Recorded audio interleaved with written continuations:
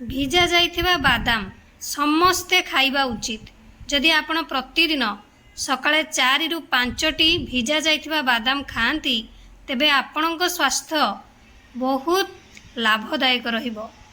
ताले कौन लाभदायक रहिबो आमे ई भिजा बादाम खाइले आसंतु वीडियो माध्यमरु जानिबा। समस्त को मो तरफ नमस्कार। आशा करछि आपण माने समस्ते भलरे थिबे, मो भी भलरे अछि। चलंतु वीडियो आरंभ करबा। किंतु वीडियो आरंभ करबा पूर्व आपण मानकर केही जदि आज मो चैनल ले नुआ थांती ताले प्लीज प्रथम चैनल टी को सब्सक्राइब कर दियौ, पाखरे थिबा बेल आइकन को क्लिक करंतु जहा फଳରେ मो नुआ नुआ वीडियो रो नोटिफिकेशन आपण मानक पाखरे खूब शीघ्र पहुंची जिवो आ आपण माने मते सपोर्ट करि परिबे आगु को जीवा पई। आ एते बादाम स्वास्थ्य पई अत्यंत लाभदायक अटे। एथिरे अनेक पोषक तत्व मिली थाए जहा सुस्थ शरीर पई अत्यंत लाभदायक। डाक्तर माने मध्य कहिसंती जे समस्ते निज खाद्य रे 4 रु 5टी बादाम अंतर्भुक्त करबा उचित। भिजा जाइथिबा बादाम खाइबार सबुठारु बड़ उपकारिता विषय रे चलंतु जानिबा। डायटिशियन माने कहंती जे बादाम एक सुस्थ, एथिरे अनेक vitamin, zinc, protein, omega 3 fatty acid, fibre, minerals ए सब किछि मिली थाए जहा केवल मस्तिष्क पाई नुहे बरं केश हाड़र शक्ति पाई मध्य ये लाभदायक अटे। सेथिपाई समस्ते भिजा जाइथिबा बादाम खाइबा जरूरी। ता सहित भिजा जाइथिबा बादाम आखि पाई भी मध्य बहुत लाभ, कारण बादाम रे विटामिन ई मिली थाए जहा हम आखि सह जड़ित समस्या सबु किछि को दूर करिबारे सहाय्य करि थाए। एथिरे थिबा जिंक मध्य रेटिना को सुस्थ रखे।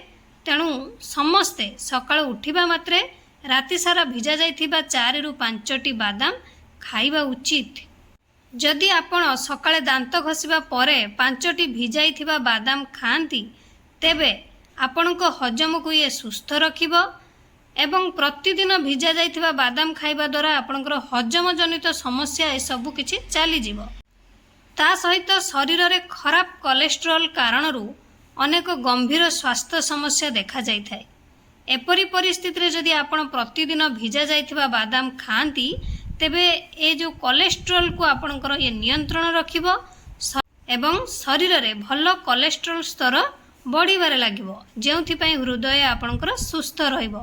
तेणु समस्ते सकाळ उठिबा मात्रे भिजा जाइथिबा आलमंड बादाम जोटा कि खाइबा को चेष्टा करबा उचित। ता सहित आपणकर ये मस्तिष्क पई बहुत लाभदायक, कारण बादाम रे विटामिन ई थाए जहा कि आपणकर ज्ञानगत अवनति को रोकिबारे एवं मस्तिष्क को तीक्ष्ण करिबारे सहाय्य करिथाए।